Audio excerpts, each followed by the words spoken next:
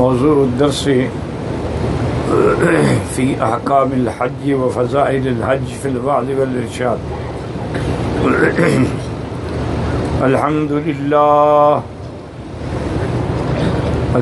لله وكفى، والصلاة والسلام على خاتم الأنبياء سيدنا وحبيبنا وشفيعنا محمد المصطفى وعلى آله المجتبى وأصحابه النجباء. اللهم صل على سيدنا محمد النبي الأمي الهاشمي وعلى آله وأصحابه نجوم الهدى. أما بعد، فقد قال الله تبارك وتعالى في القرآن المجيد والفرقان الحميد: أعوذ بالله من الشيطان الرجيم، بسم الله الرحمن الرحيم. وَإِذْ بَوَّأْنَا لِإِبْرَاهِيمَ مَكَانَ الْبَيْتِ أَلَّا تُشْرِكْ بِي شَيْئًا وَطَهِّرْ بَيْتِيَ لِلطَّائِفِينَ وَالْقَائِمِينَ وَالرُّكَّعِ السُّجُودِ. وَأَذِّنْ فِي النَّاسِ بِالْحَجِّ يَأْتُوكَ رِجَالًا وَعَلَى كُلِّ ضَامِرٍ يَأْتِينَ مِنْ كُلِّ فَجٍّ عَمِيقٍ. قال النبي صلى الله عليه وسلم: من حج لله فلم يرفث ولم يفسق رجع كيوم ولدته أمه، أو كما قال النبي صلى الله عليه وسلم. صدق الله العلي العظيم، وصدق رسوله النبي الكريم، ونحن على ذلك لمن الشاهدين ومن الشاكرين. رب اشرح لي صدري ويسر لي أمري واحلل عقدة من لساني يفقهوا قولي. رب زدني علما، سبحانك لا علم لنا إلا ما علمتنا إنك أنت العليم الحكيم.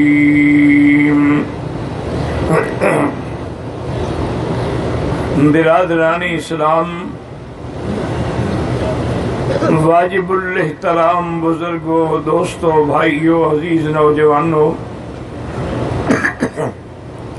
اللہ تبارک و تعالیٰ کے کلام مقدس و مبارک میں سے ایک آیت اور آقا انعامدار حبیب کبریا سیدنا محمد مصطفیٰ صلی اللہ علیہ وعلا آلہ واصحابہ وسلم تسلیما کثیرا کثیرا کہ فرامین مبارکہ میں سے ایک حدیث تلاوت کی ہے. دعا فرمائیں کہ اللہ تعالیٰ اس عاجز کو الاحل صحت عافیت کاملہ دائمہ عاجلہ اور حق بات بیان کرنے کی توفیق عطا فرمائے. آپ کو حق سننے سمجھنے کی اور ہم سب کو حق پر چلنے کی توفیق عطا فرمائے. پروردگار عالم تمام آنے والوں کی حاضری، حج، عبادات، زیارات منظور و مقبول فرمائے. اور جو نہیں پہنچے ان کو بھی اللہ خیریت سے پہنچائے اور سب کو عرفات کی حاضری نصیب فرمائے.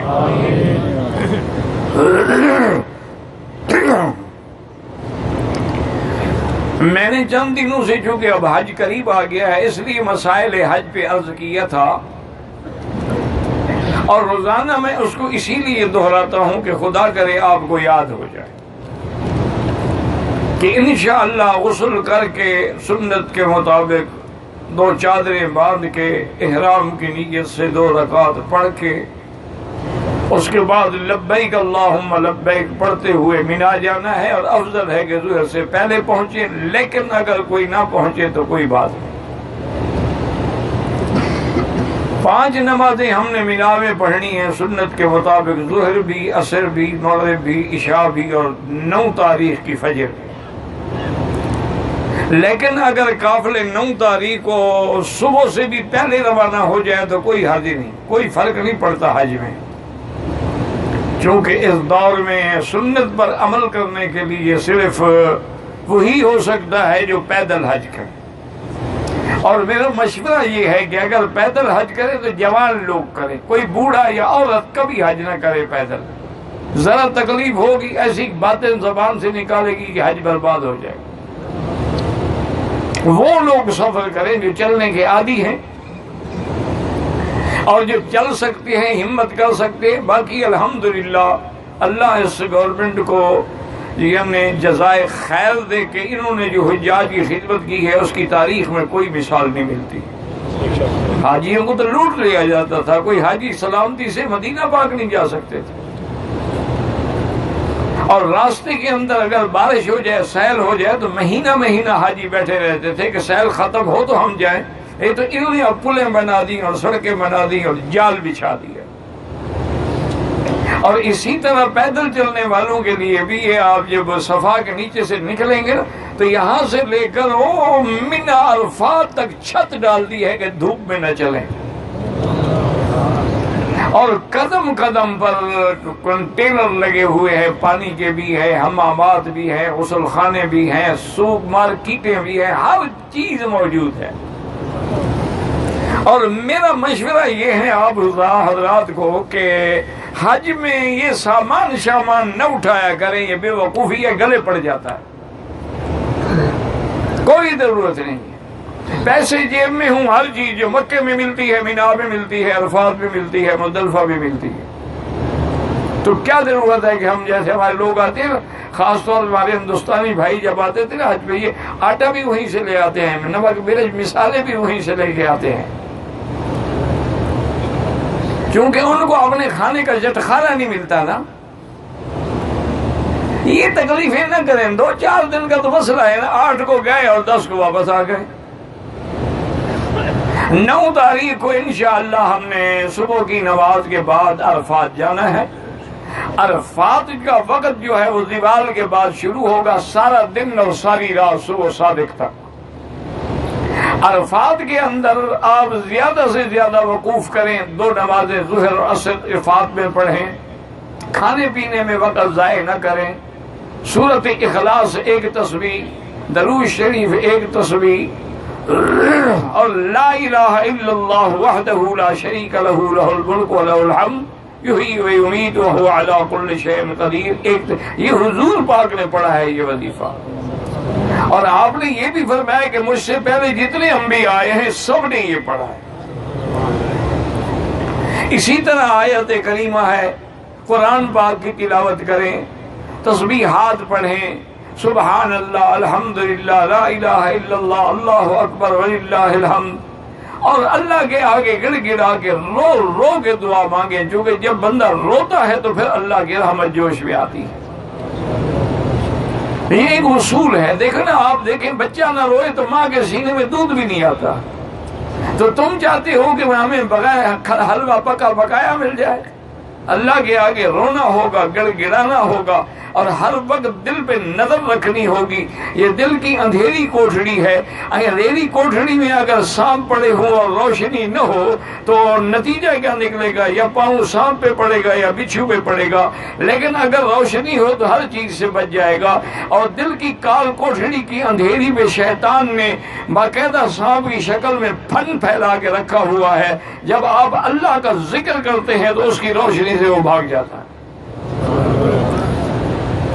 دل کو روشن کرنے کے لیے ذکر کی ضرورت ہے، اور جتنا ذکر ہو اور خالص اخلاص سے ہو اور اس کے دل سے آوازیں نکلیں، سارا دن دعائیں کریں۔ اب آپ اندازہ کریں حضور کا معجزہ مبارک، درود شریف پڑھو تو پھر میں نے کئی دفعہ عرض کیا، جب پڑھو شوق سے، اللہم صلی علی سیدنا محمد وعلی آل سیدنا محمد وبارک وسلم علیہ۔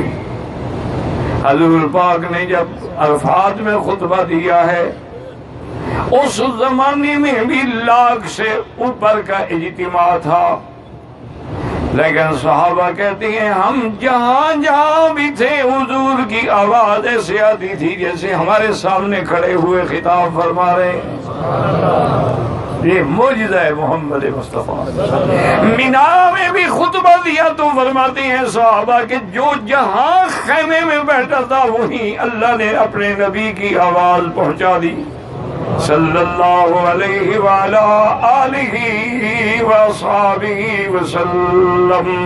اللہ پاک نے آپ کو اتنے معجزات دیے ہیں، یاد رکھو سارے انبیاء کا زمانہ بھی گزر گیا، معجزے بھی گزر گئے۔ موسیٰ علیہ السلام کے بڑے معجزے ہیں لیکن اب کوئی بھی باقی نہیں ہے، عیسیٰ علیہ السلام کے بڑے معجزے ہیں لیکن اب کوئی بھی باقی نہیں ہے۔ ہر پیغمبر کو اللہ نے معجزے دیے لیکن وہ ختم ہو گئے۔ میرے مدنی کی شان نرالی ہے، نہ قیامت تک نبوت ختم ہوگی نہ معجزہ ختم ہوگا۔ کیوں؟ سب سے بڑا معجزہ تو قرآن ہے نا۔ اور پھر میرے مدنی کو اللہ نے جتنے معجزے دیے ہیں، اگر سارے انبیاء کے معجزے اکٹھے کیے جائیں تو ان سب سے زیادہ معجزات محمد مصطفیٰ ہے۔ میرے مدنی کے نام میں بھی معجزہ ہے، اسمی بھی معجزہ ہے، جسمی بھی معجزہ ہے، لعاب میں بھی معجزہ ہے، ہاتھوں میں بھی معجزہ ہے، قول میں بھی معجزہ ہے، اعمال میں بھی معجزہ ہے۔ ایک دن حضور صلی اللہ علیہ وسلم، بھائی درود شریف نہیں پڑھو گے تو پھر میں نصیحت نہیں بیان کروں، تکلیف کیا ہے بھلا صلی اللہ علیہ وسلم کہنے میں؟ حضور صلی اللہ علیہ وسلم بی بی ام سلیم کے گھر کے اندر لیٹے ہوئے ہیں اور نیچے چمڑے کا گدا ایک ہلکا سا بچھا ہوا ہے، اور حضور کے پسینہ مبارک جو ہے وہ ایسا ایسا قطرے قطرے گرتا ہے۔ بی بی ام سلیم نے کپاس لے کے بڑے آرام سے حضور کے پسینے کو جمع کرنا شروع کیا، اس انداز سے کہ حضور کی بھی نیند خراب نہ ہو اور میں پسینہ بھی چن لوں۔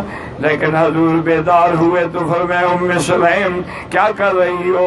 اس نے کہا یا رسول اللہ جمعہ کا دن ہوتا ہے، عیدین ہوتی ہیں، کوئی شادی بیاہ کی خوشی ہوتی ہے، بڑے لوگوں کی اولادیں تو خوشبو لگاتی ہیں، ہم غریب لوگوں کے پاس کچھ نہیں ہے، میں آپ کا پسینہ جمع کر کے شیشی میں رکھ لیتی ہوں اور یہی لے کے اپنے بچوں کے چہرے پہ مل دیتی ہوں، اور جہاں سے گزرتے ہیں تو سب پوچھتے ہیں کہ یہ خوشبو کہاں سے آئی ہے؟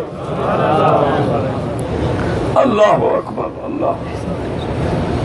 حضور کے پسینے میں بھی خوشبو، اور بی بی فاطمہ کہہ دو رضی اللہ عنہا کیا کہتی ہیں؟ فماذا من یشم بتربت احمد۔ بی بی فاطمہ کہتی ہے خدا کی قسم جس نے میرے مدنی کے مزار کی مٹی بھی سوکھی ہے، اس میں جو خوشبو ہے وہ دنیا کے کسی عطر کے اندر بھی خوشبو نہیں ہے۔ اور صحابہ کہتی ہیں کہ حضور جس گلی سے گزر جاتے تھے پوچھنے کی ضرورت نہیں پڑتی تھی، خوشبو بتاتی تھی کہ یہاں سے محمد گزرے ہیں۔ کہ صلی اللہ علیہ وعلا آلہ واصحابہ وسلم تسلیما کثیرا۔ حضرت علی رضی اللہ عنہ، یاد رکھو مسلمانوں، اپنے عقیدوں کو صحیح کرو۔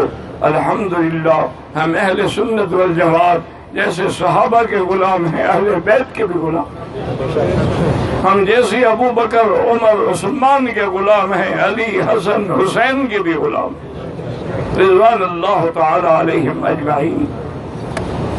جنگ خیبر کے موقع پر ایک قلعہ تھا، کموس اس کا نام تھا، وہ مرحب کا قلعہ تھا۔ وہاں قلعے تو بہت تھے، چونکہ یہ یہودی جہاں رہتے ہیں نا بڑے بڑے عظیم قلعے نما محل بناتے ہیں، دولت ہے، پیسہ ہے۔ وہ قلعہ کموس جو ہے وہ فتح نہیں ہو رہا تھا۔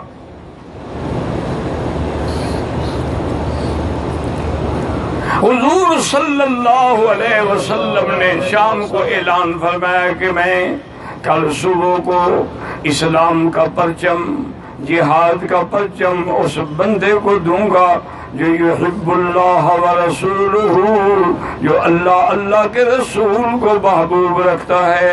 اور آگے سنیں، وَيُحِبُّهُ اللَّهُ وَرَسُولُهُ،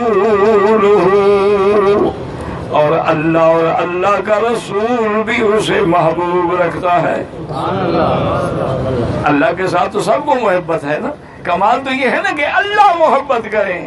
خدا بندے سے خود پوچھے بتا تیری رضا کیا ہے۔ اللہ اکبر۔ صحابہ کہتی ہیں کہ بہادر ساری رات لوٹتے رہے کہ خدا جانے کل پرچم کس کو ملتا ہے، کس کے نصیب میں آتا ہے۔ صبح کی نماز پڑھنے کے بعد حضور نے فرمایا این علی، علی کہاں؟ کہہ دو رضی اللہ۔ مسلمانوں، علی کا وہ مقام ہے، حضور نے فرمایا لا یبغضک مؤمن ولا یحبک منافق، علی تیرے ساتھ مومن بغض ہی نہیں کر سکتا اور منافق کو تو اس سے محبت ہو ہی نہیں سکتی۔ آپ نے فرمایا ایک اشکل اولین نو ایک اشکل آخرین، ایک پہلی قوموں میں بدبخت گزرا ہے اور ایک آخری زمانے میں بدبخت گزرے گا۔ تو صحابہ نے پوچھا حضور وہ پہلے والا بدبخت کون ہے؟ آپ نے فرمایا قدار ہے جس نے حضرت صالح کی اونٹنی کی کونچے کاٹ کے اونٹنی کو شہید کیا تھا، وہ اشکل اولین ہے۔ اور علی تیرا قاتل جو ہے وہ اشکل آخرین ہے، وہ آخرین میں سب سے بڑا بدبخت ہوگا۔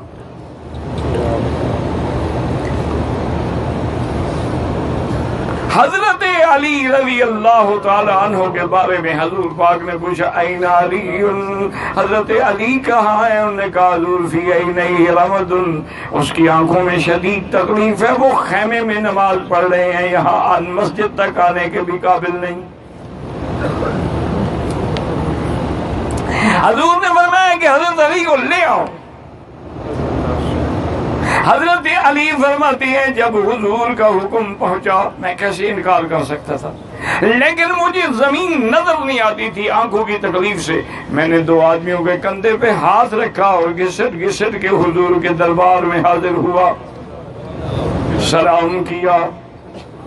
حضور نے فرمایا علی میں چاہتا ہوں کہ آج پرچم تیرے ہاتھ میں دیا جائے تاکہ تو قلعہ کموس پہ مرحب پہ لڑائی کرے۔ حضرت علی نے کہا سمیعنا واطعنا یا رسول اللہ، حضور میری تو جان قربان ہے، مجھے زمین نظر نہیں آتی تو میں جنگ کیسے کروں گا؟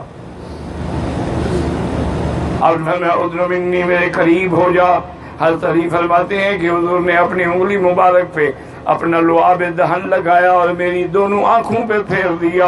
فرماتی ہیں کہ انگلی ہٹنے کی دیر تھی، واللہ ما بھی وجہ، مجھے درد تھا ہی نہیں، تکلیف ہی نہیں تھی۔ حضور کا لعاب جہاں لگ جائے۔ حضرت جابر کہہ دو رضی اللہ عنہ، خندق جنگ کے موقع پہ کھڑے ہیں، صحابہ نے پتھر پیٹ پہ باندھے ہوئے ہیں، تمہیں تو 2 دن مینا عرفات کے گزارنے بھی مشکل لگ رہے ہیں کہ پتہ نہیں کھانا ملے گا کہ نہیں ملے گا۔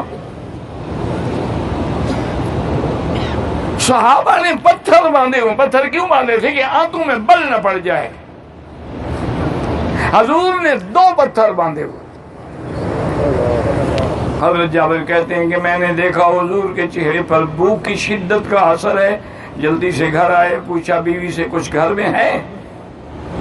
انہوں نے کہا ایک چھوٹا سا بچہ ہے بکری کا اور کچھ آٹا ہے۔ انہوں نے کہا آٹا بھی گوندو، گوشت بھی بناؤ، تیاری بھی کرو۔ بی بی تیاری کرنے لگی تو کہہ دیا کہ جابر یہ دیکھ لینا کہ زیادہ سے زیادہ یہ 5 آدمی کا کھانا ہے۔ حضور کو دعوت دینے جا رہے ہو تو ساتھ بتا بھی دینا کہ حضور ہمارے گھر میں صرف 5 آدمی کا کھانا ہے۔ حضرت جابر نے آ کے عرض کیا، حضور پاک خندق کھود رہے تھے، باہر نکلے، فرمایا حلموا الی دعوت جابر۔ حضور نے فرمایا سارے صحابہ کام چھوڑ دو، چلو جابر کی دعوت ہے۔ ایمان سے کہو، کبھی غور کرو، جو رحمت دو جہاں کھانا بھی اکیلا نہیں کھانا چاہتی، وہ امت کو چھوڑ کے جنت میں کیسے؟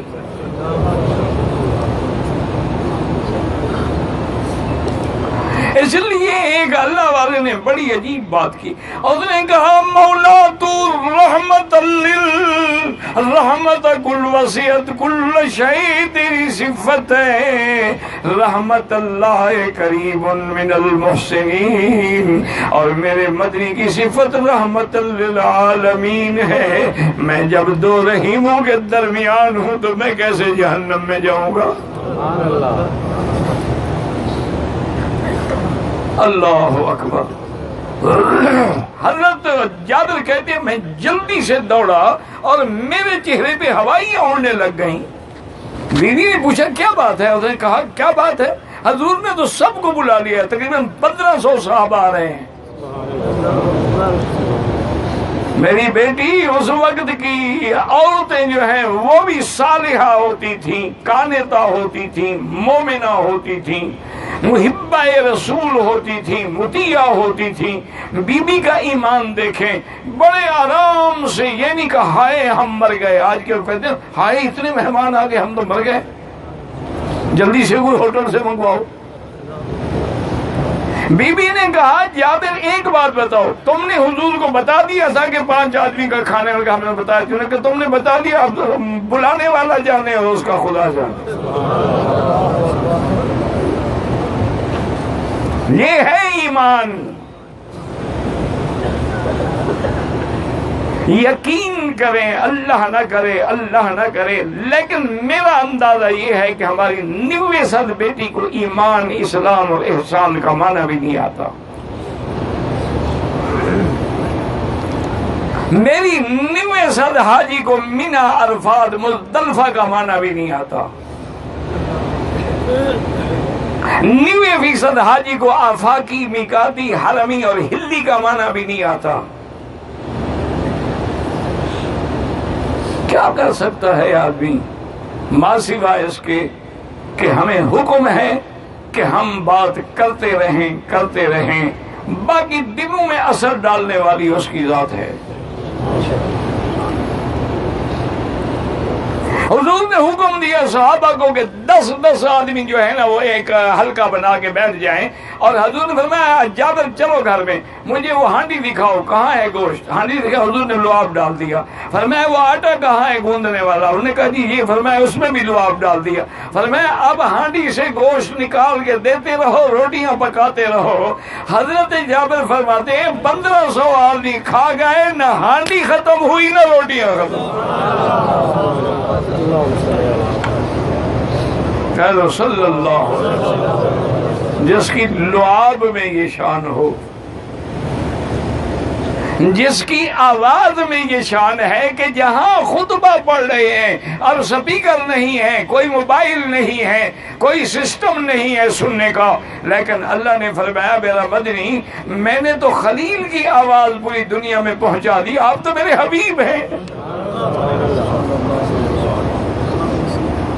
میں نے خلیل کو حکم دیا تھا نا کہ گھر بن گیا، لوگوں کو حج کے لیے بلاؤ، اور اس کی آواز میں نے ہر بندے کو، حتیٰ کہ بچہ ماں کے پیٹ میں تھا وہاں بھی پہنچا دی، اور اپنے حبیب کی آواز نہیں پہنچاؤں گا؟ اچھا صحابہ یہ نہیں کہتے کہ آواز آ رہی تھی، حدیث سمجھو۔ صحابہ فرماتے ہیں معلوم ایسے ہوتا تھا میرے خیمے میں کھڑے ہیں، ایک ہے نا آواز دور سے آ جائے، لیکن اتنا بڑی شان ہے تو اب آپ نے 9 کا دن عرفات میں گزارنا ہے، اور یہ حج کا خلاصہ ہے، جو آدمی نیت کر کے احرام باندھ کے 9 تاریخ کو عرفات پہنچ گیا الحمدللہ حاجی ہو گیا۔ باقی علماء نے لکھا ہے کہ حج قبول ہوا یا نہیں ہوا یہ کیسے ہم پہچانے؟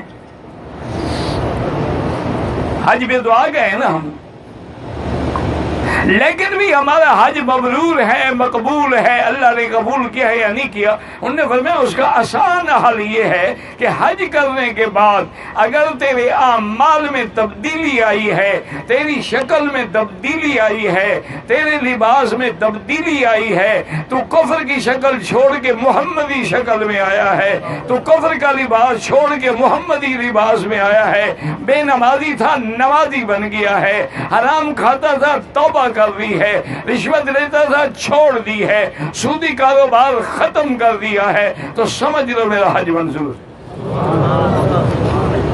اور اگر پہلے بھی داڑھی مڈاتا تھا اب بھی مڈاتا ہے، رشوت کھاتا تھا اب بھی کھاتا ہے، جھوٹ بولتا تھا اب بھی بولتا ہے، پہلے بھی غیر محرم عورتوں کو تاڑتا تھا اب بھی تاڑتا ہے، یاد رکھیں کہ یہ جو نظر بازی ہے نا یہ اعمال کو برباد کر کے رکھ دیتی۔ تو یہ تمہارے اپنے ہاتھ میں، اپنا امتحان کر لو بھی حج کے بعد میرے اندر تبدیلی آئی ہے کہ نہیں آئی۔ کسی نے کیا اچھی بات، وہ کہتا ہے زمان بدلا زمین بدلی، مکان بدلا مکین بدلے، نہ تو بدلا نہ میں بدلا تو پھر بدلا تو کیا بدلا۔ اب حضور جب انشاءاللہ مغرب کو آپ وہاں سے نکلیں گے مزدلفہ، نہ عرفات میں نماز پڑھیں گے نہ راستے میں، مزدلفہ میں پہنچ کے دونوں نمازیں پڑھیں گے مغرب اور عشاء۔ بعض علماء لکھتے ہیں اذان ایک ہوگی اور تکبیریں 2 ہوں گی۔ اب نمازیں پڑھنے کے بعد تھوڑا آرام بھی کر لیں، اور جو معذور ہیں، بوڑھے ہیں، کمزور ہیں، عورتیں ہیں، بچے ہیں، ڈیوٹی والے لوگ ہیں، وہ 12 بجے رات کے بعد مزدلفہ سے چل پڑیں۔ جب وہ چلیں گے تو لازم ان کے ساتھ والے بھی تو چلیں گے، کون لے جائے گا معذور کو؟ اگر وہ ویل چیئر پہ ہے تو ویل چیئر چلانے والا بھی تو چلے گا نا، اگر گاڑی پہ ہے تو گاڑی چلانے والا تو چلے گا نا۔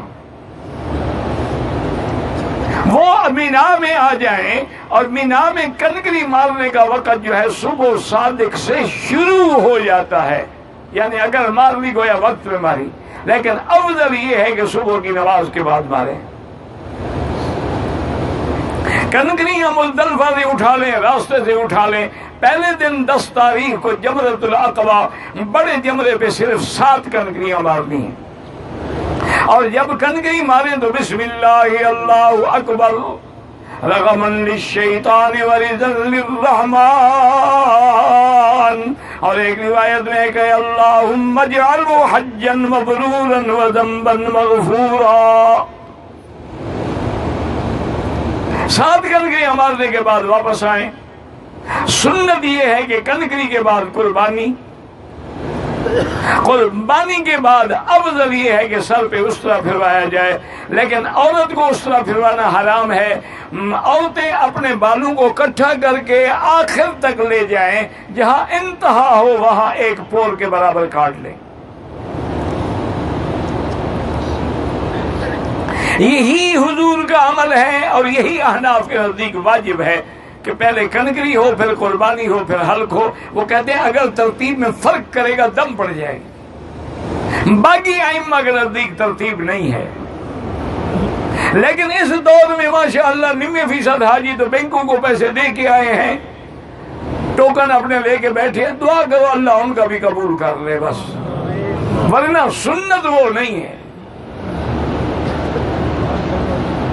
سنت یہ ہے کہ آدمی خود کا، حتیٰ کہ یہ بھی علماء نے لکھا ہے کہ اگر ذبح کرنا جانتا ہو تو اپنے ہاتھ سے ذبح کرے، اور نہ جانتا ہو تو وکیل کو خود وکیل بنا کے اجازت دے کہ یہ میری بکری ذبح کرو۔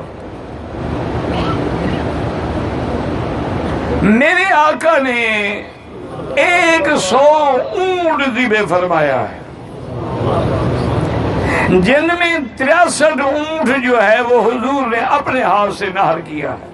اونٹ کو کہتے ہیں نہر، کہ اس کا گھٹنا باندھ دیتے ہیں، اس کو نیچے سے ذبح، اور جانور کو ذبح کیا جاتا ہے لٹا کر۔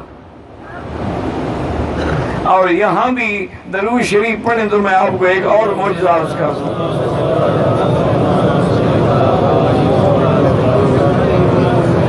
اللہ اکبر۔ صحابہ کہتے ہیں جب اونٹ کھڑے تھے نا اور حضور ذبح فرما رہے تھے، ہر اونٹ کوشش کر کے اپنی گردن آگے لا رہا تھا کہ میں حضور کے ہاتھوں سے ذبح ہو جاؤں۔ جانوروں میں بھی عشق ہے، اور تمہارا عشق صرف 12 ربیع الاول کو ظاہر ہوتا ہے۔ تمہارا عشق کیا ہے جی؟ جھنڈیاں لگا لو، نعت خوانیاں کروا لو، حلوہ شریف تقسیم کروا دو، یہ عشق رسول۔ عشق ہے تو حضور کی طرح دندان شہید کرواؤ، خون دو۔ یہ کون سا عشق ہے؟ حسین کے بچے شہید ہو گئے پیاسے ہی، اسی دن دودھ کی سبیلیں لگاتے ہیں۔ اگر حسین سے محبت ہے کم سے کم روزہ رکھ لو، سنت بھی ادا ہو جائے گی اور تم بھی پیاسے رہو گے۔ تو حضور صلی اللہ علیہ وسلم نے 63 اونٹ اپنے ہاتھ سے ذبح فرمائے، اور باقی کے لیے حضرت علی کو وکیل بنایا رضی اللہ عنہ۔ اب جناب یہ ہے کہ آپ کا احرام کھل جائے گا، حلق کرانے کے بعد کھلے گا۔ ایک آدمی نے مثلا قربانی بھی کر لی لیکن حلق نہیں کرایا، احرام نہیں کھلے گا۔ احرام کھلنے کے بعد اب ہر چیز آپ پہ حلال ہے، کپڑے پہنے، خوشبو لگائیں، صرف بیوی حلال نہیں ہوگی جب تک کہ طواف زیارت نہ ہو، چونکہ طواف زیارت حج کا رکن ہے، حج کا فرض ہے، لہذا ابھی حج کی پابندی باقی ہے، تحلل کامل نہیں ہوا۔ طواف زیارت کرنے کے بعد، صفا مروہ دوڑنے کے بعد اب بیوی والی پابندی بھی ختم ہو گئی۔ اب جن لوگوں کے پاس خیمے ہیں، جگہ ہے، وہ بلا وجہ اپنے ہوٹلوں میں نہ بیٹھے رہیں، واپس مینا میں جائیں اور خیمے کے اندر رات گزاریں۔ 11 تاریخ کو کنکری مارنے کا وقت شروع ہوگا، زوال کے بعد، ظہر کے بعد، پہلے مارو گے دم پڑ جائے گی۔ ظہر کے بعد شروع ہوگا، سارا دن بھی جائز، رات کو بھی۔ وہاں لوگ کہہ رہے ہیں جی چلو لوگ مار رہے ہیں، لوگ مار رہے ہیں، سن تم نے لوگوں کی سنت پہ چلنا ہے یا حضور کی سنت پہ چلنا ہے؟